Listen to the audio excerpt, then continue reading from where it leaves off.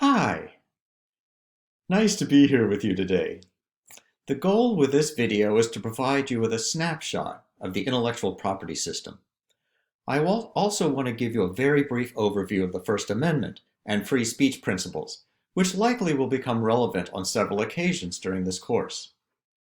As a starting point here, I want to consider an idea that I came up with something like 30 years ago. And first, a disclaimer. This is long before Fitbits or the Apple Watch, so actually, at the time, it was pretty innovative, although in today's world, I recognize that it is totally obsolete. I got the idea one day when I was using an aerobic exercise machine, like an elliptical, and I realized that I was constantly changing the settings so that I could go faster when I thought I wasn't working hard enough, and then I would dial it back when I was out of breath. And I thought, wouldn't it be nice if the machine made these changes automatically so that it would maximize my workout without endangering me? You know, by pushing me beyond my personal capabilities. And from this, I landed on the idea of the self-adjusting exercise machine. In broad conceptual terms, when I step on the machine, I could input my age and the time I intended to exercise, and the machine would then automatically monitor certain physiological variables that are important with conditioning. For instance, it could measure my weight via a sensor on the pedals and use some laser technology to grab my height. It could then monitor other variables such as my blood pressure, pulse, perspiration levels, breathing rate, and hydration using electrodes on the handlebars or elsewhere. But of course, the readings by themselves are not enough. The machine also needs to have information about how these variables translate into maximum conditioning output without pushing users into the danger zone where they might faint or have other serious repercussions. So I realized that I would have to do extensive medical research and then build the information I learned into the machine through some form of accessible database. The data then could be utilized by a properly programmed computer that would control the intensity of the workout based on real-time physiological behavior. And to top it off, I wanted this machine to have a really stunning design so that it would be immediately recognizable at the gym as the self-adjusting machine from the coolest company on the planet. And to drive home the point, I thought that I should give my company a suitable name, such as Cool Edge. All of this gets me really excited. So I tried to systematically figure out what elements were really valuable and driving my enthusiasm. Of course, there's the whole concept of automatic adjustments to maximize a workout. Then there are the physical items needed to implement the machine, like the sensors, attachments, and lasers. And the cool design would have to be on the list. In addition, there's the computer program needed to make everything work together effectively. And of course, there's the medical research. All of these things will take a lot of time, work, and money for me to create. And I would hate it if others could simply see my path-breaking developments and then come up with their own versions. So I started to think about this from an implementation point of view and wonder what I might have to worry about as I begin to develop and roll out such an invention. Because at the end of the day, I want to contribute something useful to the world, but I also need to earn enough money to make all this risk and effort worthwhile. And the more I think about this, the more I head down a rabbit hole, because it's just really complicated. So, from the very start, I'm going to need employees and consultants with special expertise to pull all these ideas together into something that actually works. And so here I go. I tell them my ideas and I pay them to create certain components or whatever. And then Who's to say they don't just bolt and go to work for like Precor or Life Fitness, or maybe start their own company based on what they've learned from me? Even if my employees stay loyal, what's going to happen when I hit the trade shows and start selling the machine? I mean, it's obviously going to be a big hit, and the buzz will be huge. Look what this new Coolidge company has come out with. Nautilus is going to tear it apart and figure out all the neat physical elements we came up with. What they do, how they work, how they fit together. Then they're going to decompile the computer program and figure it out. And, oh my goodness, they're going to be able to access the information in the database that I constructed from years of research. And whoa, they're going to get all this basically for free after I spent all this time, ingenuity, and money developing the ideas and creating the working apparatus. Gee, this means that they're going to be able to basically make the same thing for a much lower cost because they just don't have these initial investment expenses. And they don't have any risk either because they get to see that it works before even starting up. This is beginning to sound not so good to me. Now that I'm depressing myself, I recognize that I'm not the sharpest knife in the drawer, and I know some of these really talented people will see my device and easily find its flaws and how to make things work better. So they're actually going to make a better machine than mine at a lower cost. And then they're going to underprice me. And you can see how all of this is just heading south for me. And I'm going to wish that I had never started this stupid enterprise. Unless there are ways to stop the competitors, which fortunately there may be, such as with patents and copyrights. Even beyond these warped incentive issues, I can think of other things to worry about. I can always think of things to worry about. I mean, think about it. I'm going to be selling a machine that has the goal of pushing people as hard as possible without causing serious health repercussions. What happens if somebody has a heart attack, for instance? They're going to want to hold me responsible because they relied on my machine to take care of them, and they will allege that the machine didn't do that.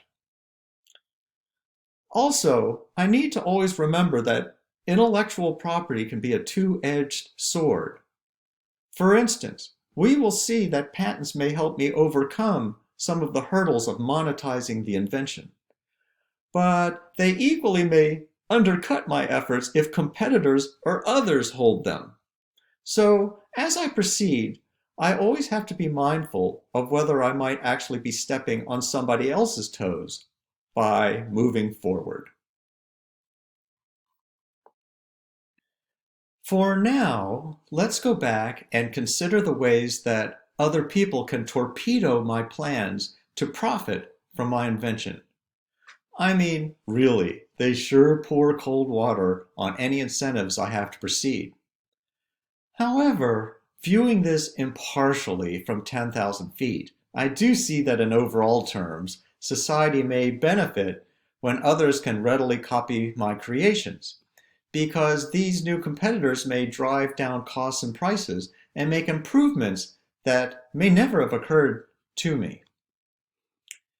Indeed, the underlying philosophy of our free market economy is based somewhat on these beneficial social outcomes.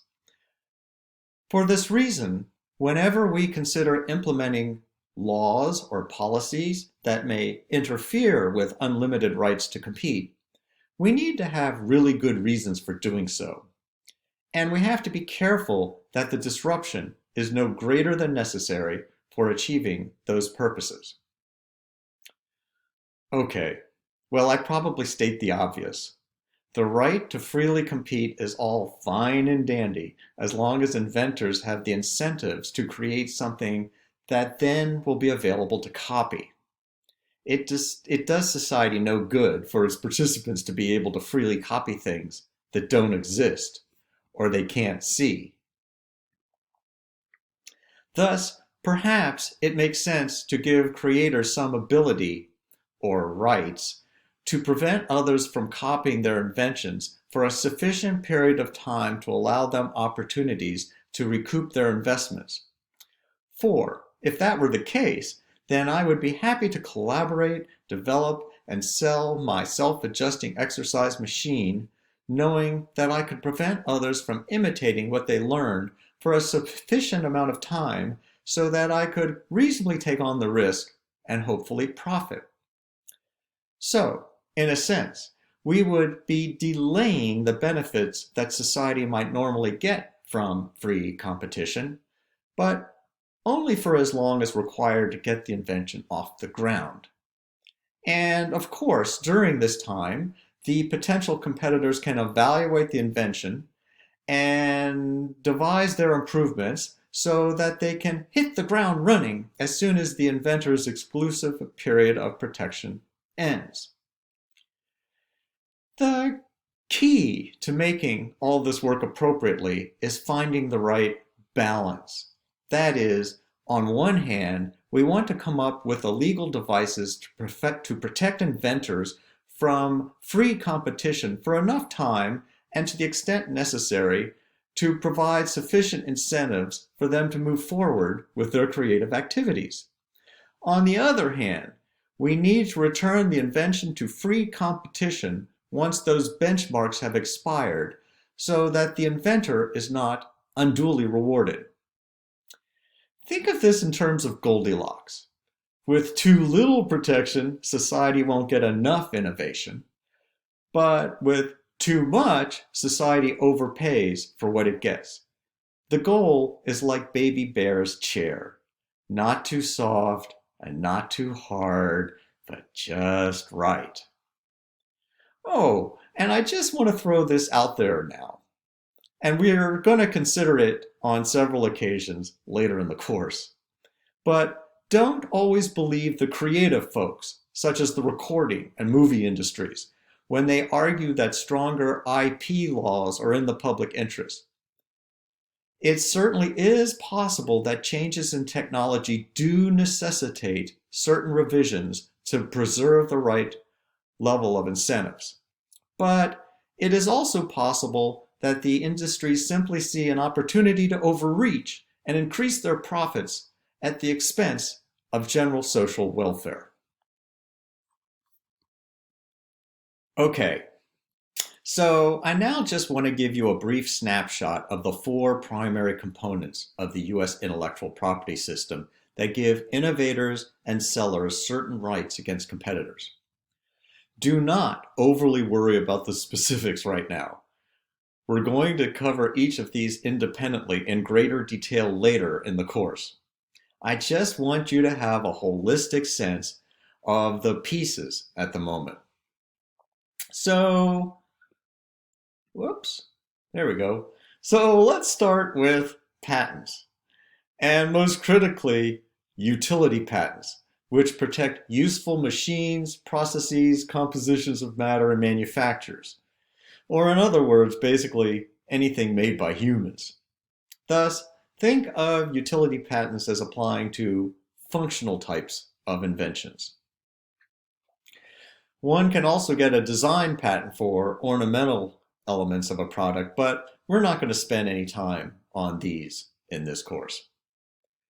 The key to patents is that they give you relatively strong protection to prevent others from using whatever the patent covers.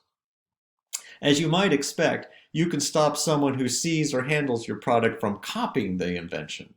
But the protection is broader, giving you rights against those who independently create the same thing. Meaning that you can block those who have never even seen or heard about your invention from making or selling it. In order to get a patent, you have to go through a registration process with a government agency called the Patent and Trademark Office. and convince a patent examiner that your invention meets certain standards, specifically that it is novel and non-obvious. A significant downside to patent protection is that the process invariably will be very expensive. For instance, there are government fees when you apply for a patent, when you challenge decisions about your patent, when you obtain the patent, and for maintaining it later. I also would never recommend that you write your own patent application, so lawyers will always be part of the mix. And I hate to tell you, but their fees are significant. $500 to $1,000 per hour, for instance, has become fairly typical. So these amounts can add up quickly. Thus, you can expect to spend, I'm going to say, thousands of dollars to prepare a good application for even the simplest of invention, and tens of thousands of dollars as they become more complex. Beyond that, though, when you believe that others have infringed your invention, that's when the money really begins to add up. Because the government does not look for patent violators for you and act like a police force to stop them. Rather, you have to find the infringers and then convince them to knock it off, or sue them in court to have a judge order them to stop. And these costs are extremely high. The average cost of patent infringement litigation is, at least the last I looked, about $500,000. So you need to be mentally and financially prepared to embark on a potentially expensive journey when you head down the patent road. The last item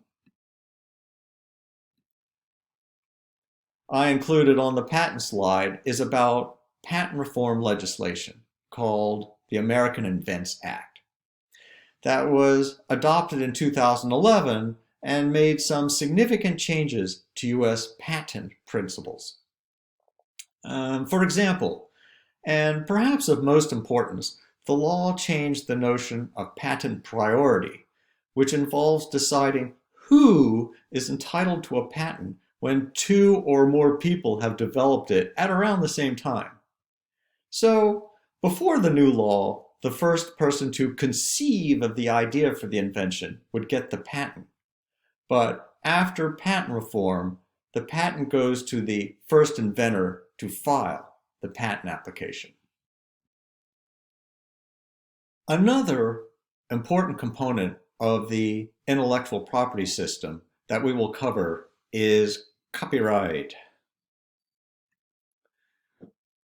Copyrights are intended to protect creators of expressive works, such as books, music, art, and dance. But copyrights don't extend to ideas, concepts, systems, utilitarian features, and the like. So think of copyrights as covering the realm of arts and entertainment, while patents are aimed more at functional inventions. There are many advantages when you enter the world of copyrights. There they are. For one, you don't have to register, or in fact do anything to obtain copyright protection. You just need to have written it down or recorded it on some tangible format. Having said that, there is an optional registration process, and I recommend doing it for any work that may have future value, because registration is very cheap and you can do it yourself without legal advice. Also, copyright protects works for a very long time. We're talking the life of the author plus 75 years, or for a company, it will be 95 years, perhaps more. Compare that to patents, which typically last for only 20 years after the filing date. Now, It's called copyright for a reason, and that is because copyright keeps others from copying creative aspect of one's work.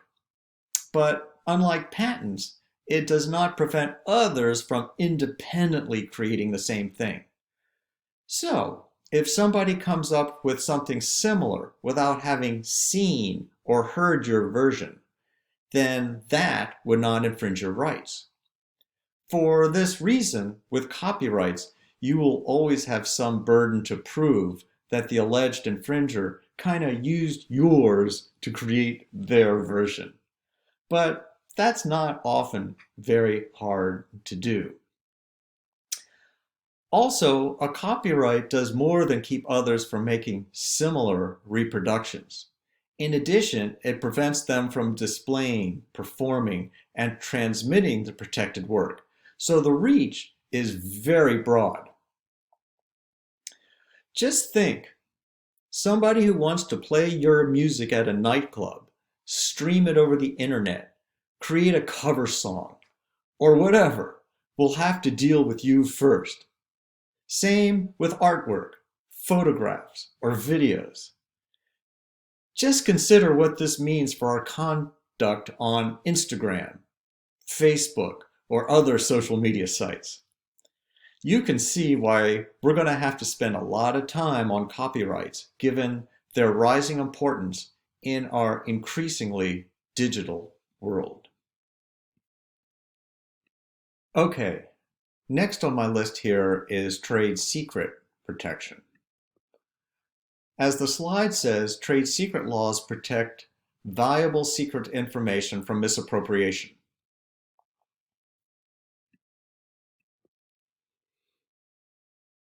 I want you to zero in on a couple keywords here.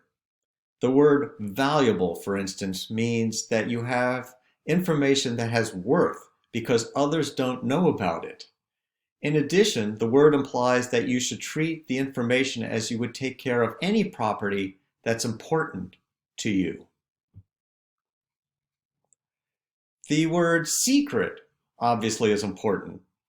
If the information is widely known in the industry, then trade secret protection won't come to your aid. Then there's the notion of misappropriation, which certainly covers actions such as stealing and espionage, but applies to other behaviors, such as breaking certain promises. The law also requires trade secrets to be subject to reasonable security measures, which emphasizes the notion that the information must be handled as if it were valuable. In fact, as we shall see, any good trade secret protection strategy will ensure that the security measures are adequate under the circumstances. In this regard, we're going to have to get into things like confidentiality agreements and whether a company can go so far as to prevent employees from working for competitors after they leave the firm. The last component of the IP system that we will cover in this course deals with trademarks. The goal of trademarks are a little bit different. Patents, copyrights, and trade secrets are meant to provide incentives to engage in creative activities. Trademarks, on the other hand, are intended to provide customers an easy way to locate the products they desire by giving companies exclusive rights over distinctive identification symbols or characteristics. So, a trademark might be a word, such as Nike, or a symbol, like a swoosh. It can also be a product characteristic, though, such as the shape of a bottle, or its color, or even smell under appropriate circumstances. Frankly, a restaurant even might have exclusive rights for goats to graze on its roof through trademarks. The key is that customers are able to rely on the trademark to distinguish the product or service they want from those provided by other companies. As the final line indicates here, trademarks are like copyrights in that registration is not required. However, As we will see, there are several good reasons to register a mark, especially if you expect to enter the international arena. Registration also is not all that difficult or expensive in the grand scheme of things. All right, as part of this general introduction and overview, I feel compelled to spend a few moments on the First Amendment, because free speech issues will invariably arise during the course, and I want to make sure we have some foundation to chat about them intelligently.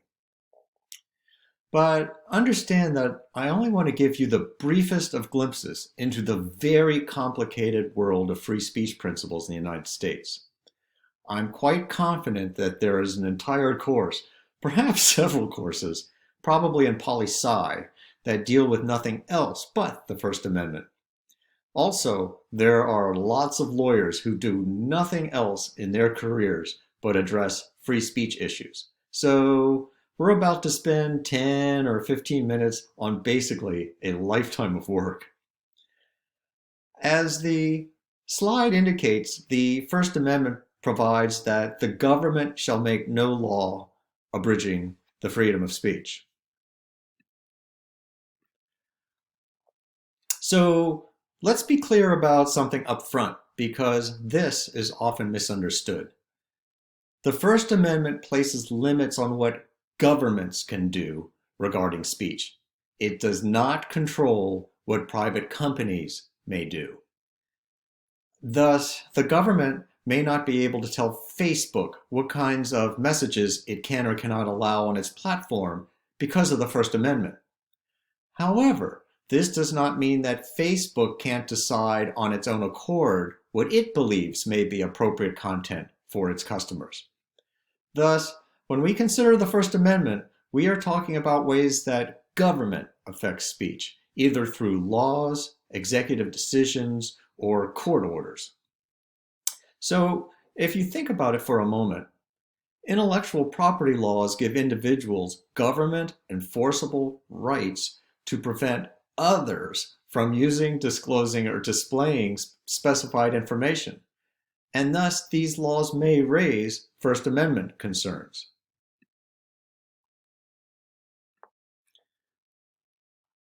For instance, think about trade secrets, which prevent employees from telling corporate secrets to outsiders, and also prohibit those outsiders from then telling others. So what happens if an Apple employee discloses secret information about, let's say, a forthcoming new iPhone to an internet blogger, and then the blogger wants to report the information as news?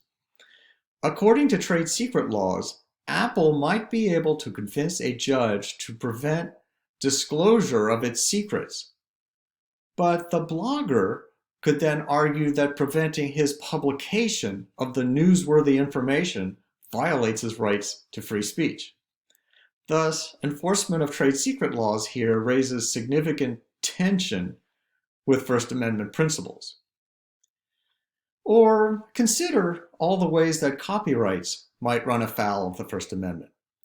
For instance, should copyright laws that provide exclusive rights to copy and perform keep me from making a silly version of a song to highlight how foolish I think its lyrics are? Similarly, can artists such as Andy Warhol use copyrighted photographs to create new works that raise awareness about larger cultural issues? Trademarks too can raise free speech issues. For instance, can a dog toy company make a handbag and call it Chewy Vuitton? Because under trademark principles, that's awfully close to Louis Vuitton. But then the company is also making a funny statement about the company. Or how about this? Can the government refuse to register vulgar terms, such as, I'm going to say it, fooked. It's F period, U period, C period, T period. Or disparaging terms such as Redskins for a sports team. And it's not just IP laws that raise First Amendment concerns. Many other laws that govern technology-based businesses potentially do so as well. For instance, copyright owners now often encrypt their content to stop pirating of their works. But of course, others then will try to break the code, and they often succeed. For this reason, the government has passed laws that prohibit making or distributing decryption software. On first blush, this may seem like a sensible policy, but computer code can be a shorthand way for programmers to discuss new programming techniques. Thus, any restriction may potentially conflict with their rights to freely communicate ideas. Also, it's not just US laws that may cause problems. For instance, perhaps there are things that you did a very long time ago that don't reflect who you are now, and you believe that your record should be wiped clean so people can no longer learn about those past misdeeds. In Europe, you may be able to require search engines to remove old, irrelevant information under what they call a right to be forgotten. But problems may arise when individuals try to enforce the European law against US companies, which might claim that they have First Amendment rights to provide access to the information. Okay. So you get the idea how free speech issues will arise in this course. So then, how are they handled? How do courts decide if a law or government action steps over the free speech line? As I said before, it's incredibly complex, but I did list here some of the typical issues and considerations that often are pertinent in reaching a decision.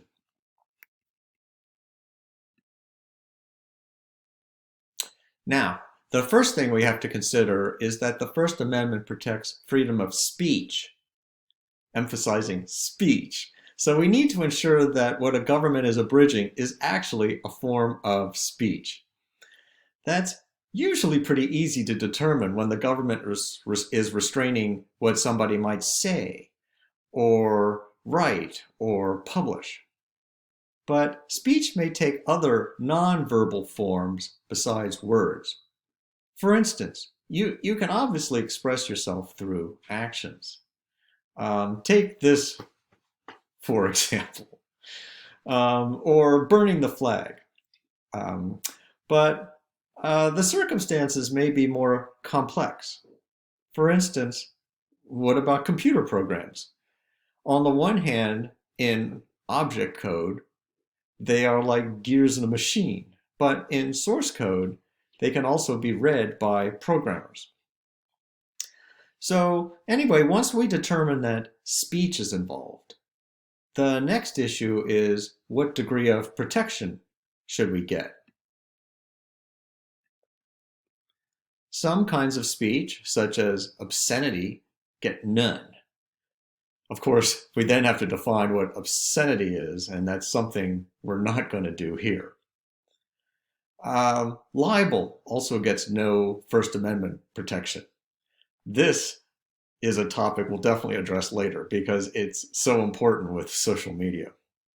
Also, direct threats of imminent violence get none. And there are a few other items, but the set is actually pretty small.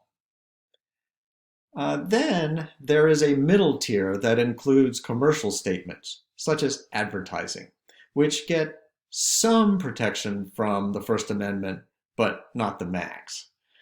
And at the top would be speech about political issues or matter of public policy, which get the full force of free speech protections. So you can see that there is a spectrum of speech types that receive different levels of protection. And it probably should come as little surprise that the government needs increasingly better reasons to regulate as one moves up that ladder.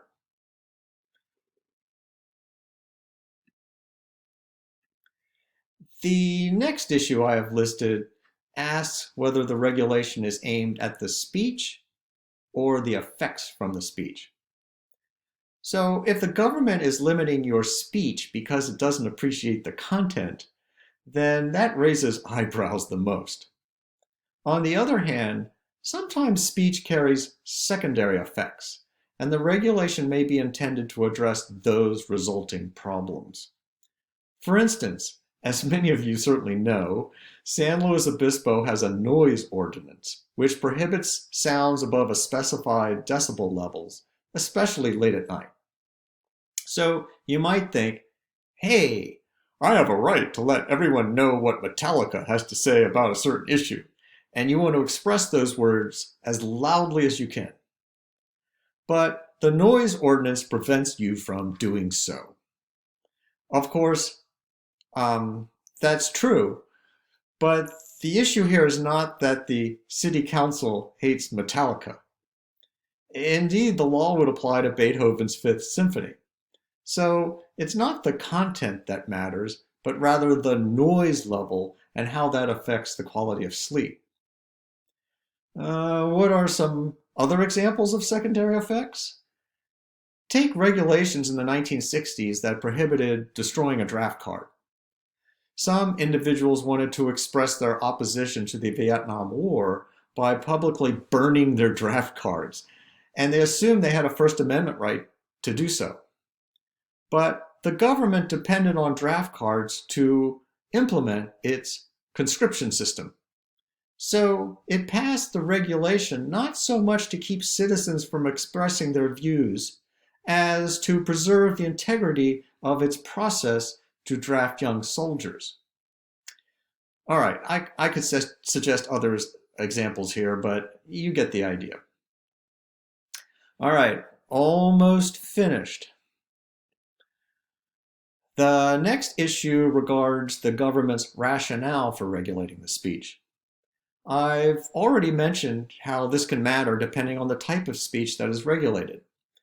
Some kinds of speech, such as libel, get very little or no protection, and the government therefore has little burden to explain its regulations. However, when the government regulates commercial speech, it must provide important reasons for doing so, and it will have to demonstrate that its law interferes with the speech interests in a reasonable fashion under the circumstances. Actually, this same standard applies when the government regulation is aimed at the effects from the speech. That is, the government must articulate its important secondary objectives and show that the regulation minimally burdens speech interests to satisfy those ends. Then, there are regulations aimed to control statements about public policy matters and the like, which are at the core of the First Amendment. For these, the government needs compelling reasons to regulate, a standard that is virtually impossible to satisfy.